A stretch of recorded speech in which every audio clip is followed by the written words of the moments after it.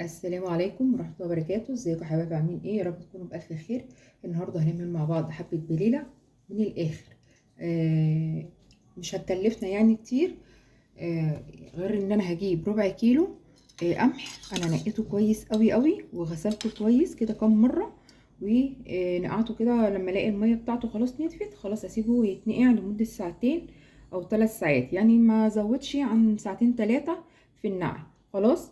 بس اهم حاجه انا لما اروح اجيب قمح من عند العطار اقول له انا عايزه قمح بليله، عاوزه قمح بليله، عشان خاطر فيه قمح ما ينفعش يتعمل بليله. خلاص. بتلاقي القمحيه بالمنظر ده، تحس ان هي مليانه شويه وفاتحه شويه. خلاص. فتقولي له، تنبهي عليه، تقولي له انا عايزه قمح بتاع البليله. خلاص. انا دوت معايا ربع كيلو، انت عاوزه تعملي نص كيلو اعملي، بس انا هعمل بس النهارده ربع كيلو، ولما يخلص ابقى اعمل غيره. هسيبه منقوع كده لمدة ساعتين، وبعد كده هنشوف هنعمل فيه ايه. بصوا بقى يا حبايبي، بعد ما غسلت القمح وسبته ساعتين منقوع، دلوقتي هحط عليه معلقة رز. خلاص. معلقة الرز ديت انا غسلاها. هحطها عليه. انا طبعا صفيت المية منه وحطيت له مية نظيفة للقمح. خلاص. هحط معلقة الرز ديت كده كلها، وهروح احطه على النار، وهسيبه يغلي. واي ريم يطلع منه، اي ريم ابيض يطلع على وش القمح هحوشه. آه، اول ما يغلي كده غلوتين هوطي عليه النار خالص. ماشي. وبلاش تغطوه علشان خاطر ما يفرش ويدلدق على البوتاجاز ويبهدل الدنيا. فانتوا خليكم كده متابعينه. اول ما يغلي حطوه على طول على على نار هاديه. خلاص. بصوا بقى يا حبايبي، زي ما قلت لكم اهي، انا سايباها تغلي. ماشي. انا هديت النار عليها علشان خاطر ايه؟ هي غلت. هحوش بس الريم دوت اللي بيطلع، اي ريم يطلع كده احوشه. نسيت اقول لكم معلقه الرز اللي انا حطيتها علشان خاطر البليله تبقى بيضه معايا، تبقى زي اللي احنا بنجيبها من الراجل اللي كان بيلف زمان دوت. ولسه في ناس بتلف دلوقتي، بس خلاص بقى الواحد بصراحه يعني ما بنجيبش حاجة من بره، كل حاجة بعملها انا في البيت. فمعلقة الرز دي علشان خاطر تخلي البليلة تبقى لونها فاتح بيضة، وتبقى فيها تخانة شوية. خلاص. ما تكتريش رز علشان خاطر ما يعجنش معاكي. اي ريم بقى يطلع كده حشيه. خلاص. وخليها كده من غير غطا. كل شوية كده قلبي فيها، وخليها على نار هادية خالص خالص. هسيبها كده حوالي بتاع نص ساعة، وهشوفها برضو إيه الدنيا معاها. ممكن اطفي عليها بعد نص ساعة، اطفي عليها واغطيها. بعد نص ساعة اطفي النار واغطيها بالغطا بتاع الحلة، واسيبها بقى تهدى بقى مع نفسها. هبص الاقي القمح كله فتح. المهم احنا برضو هنشوف برضو واحنا مع بعضينا كده واحدة واحدة. بصوا يا حبايبي، القمح طبعا بعد ما غلي نص ساعة، انا حشته من على النار وسبته يبرد.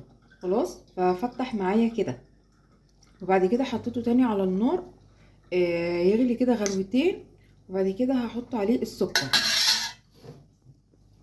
انت ممكن يعني لو انت مش مستعجله عليه، ممكن مثلا تغليه يغلي غلوه وتدفع عليه ويبرد، وترجعي تاني تغليه. يعني هتعمليه يعني مرتين ثلاثه الموضوع دوت. لو انت مش عاوزه تسيبيه نص ساعه، ممكن بعد ما يغلي غلوتين تدفع عليه ويبرد، وترجعي تغليه تاني ويبرد، وترجعي تغليه تاني. فخلاص كده هيستوي معاكي. لو انت يعني مش عاوزه تسيبيه نص ساعه او مستعجله يعني.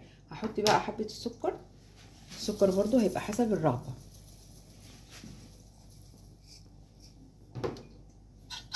نبات السكر بتاعك حسب ما انت عايزه، ياخد غلوه كده مع السكر. بصوا بقى شكلها عامل ازاي، فاتحه وبيضه كده وجميله.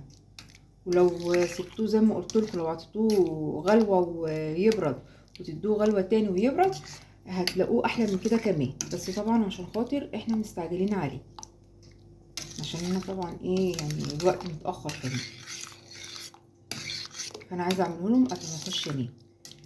خلاص. وعندي هنا لبن بلدي، ده كده نص كيلو. طبعا انا مش هحطه على البليله كلها، لا. انا هاخد من هنا هحط على نص كيلو لبن. فانا هاخد حبه بس وهحطهم على اللبن يغلوا غلوه مع اللبن. هنوريكم دلوقتي. بصوا يا حبايبي، انا طبعا حطيت اللبن اهو يسخن تاني عشان هو برد.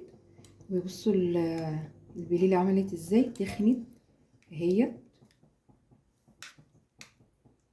بصوا لونها عامل ازاي، بسم الله ما شاء الله جميل. خلاص، حبه بليله من الاخر يعني بالهنا والشفا للي يجربها وللي ياكل. بسم الله الرحمن الرحيم. نحاول كده ما اخدش الميه قوي يعني. بسم الله الرحمن الرحيم. واحط في اللبن. استني ما تجريش، مستعجله ليه؟ استني لسه هنحط حاجه كده ايه تخلي البليله دي طعمها من الاخر. طبعا انا مش عايزه اي لبن يروح في البليله، علشان خاطر اللبن لما بيتحط على البليله كلها ممكن يقطع. فانتي بلاش تعملي كده. خلاص، هشوف بقى كده الكميه كده تمام ولا لا. ويا ريت لو وصلتي معايا لغايه المقطع دوت يا ريت تشرفيني باشتراكك في القناه وتعليق حلو منك ولايك كده زي العسل كده زيك، تشجعيني عشان خاطر اقدر اكمل في القناه ان شاء الله. اللايك كده حاجه بسيطه يعني، مش هيكلفكم يعني اي حاجه، بس تشجيعا منكم ليا يعني، فضلا يعني وليس امرا بعد اذنكم.